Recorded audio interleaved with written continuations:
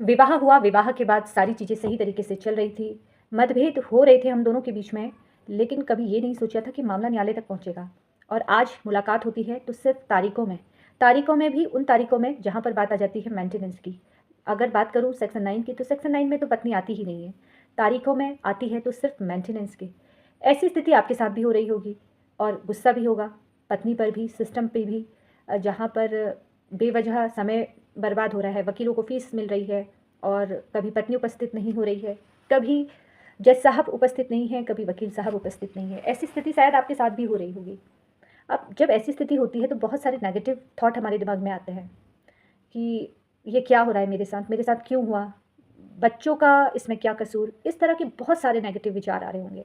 क्योंकि आप लोगों के जो कमेंट हैं, मैं पढ़ती हूँ तो उसमें इस तरह के भी कमेंट मुझे पढ़ने को मिलते हैं जिसमें ये लिखा रहता है कि पत्नी बच्चों से नहीं मिलने दे रही है, सालों साल से मेरा केस न्यायालय में चल रहा है।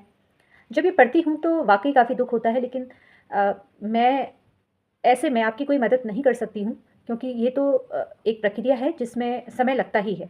लेकिन यहाँ पर इस वीडियो के माध्यम से आप लोगों को मैं बस यही कह सकती हूँ कि ऐसी विषम परिस्थिति में जब कुछ समझ में नहीं आ रहा है, आपको अपनी चिंता है, परिवार की चिंता है, समाज की चिंता है, तो इस अवस्था में अगर आप ज़्यादा चिंतित होंगे उनके लिए कि लोग क्या कहेंगे, परिवार क्या कहेगा, आपके माता-पिता क्या कहेंगे, भाई-बहन क्या कहेंगे, इस तरह की स्थिति अगर हो रही है, तो आपको मैं ये कहूँगी कि इन सारी सोचने से अच्छा, इन सारी चीज़ों को सोचने से बेहतर है, आप अपने केस के बारे में सोचिए।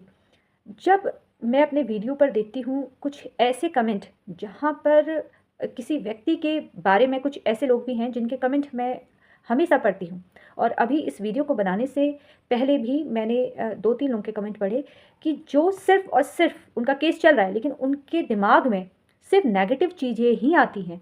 नेगेटिव चीज़ किसी के केस को लेकर अगर आ रही है, जहाँ पर वो उस समस्या से जूझ रहे हैं, क्योंकि देखिए सबका केस डिफ़रेंट होता है।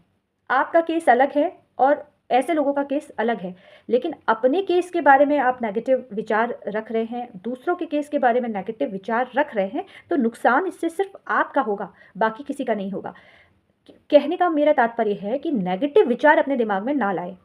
समस्या है, समाधान भी होगा, देर से ही सही, लेकिन सब सही होगा। आपके हाथ में क्या है? आपके हाथ में है कि आप अपने जो भी आपके एविडेंस है, उसको मजबूत करें। ना तो आप सिस्टम को चेंज कर सकते हैं और ना ही उस पल को आप वापस ला सकते हैं, जहाँ पर शुरुआत में मतभेद हुआ था कि मामला उस वक़्त सँभाल अगर लेते, तो हो सकता है आज आप नहीं आते यहाँ पर। कोशिश की होगी सँभालने की, ऐसा नहीं है, लेकिन हम सिस्टम को चेंज नहीं कर सकते हैं।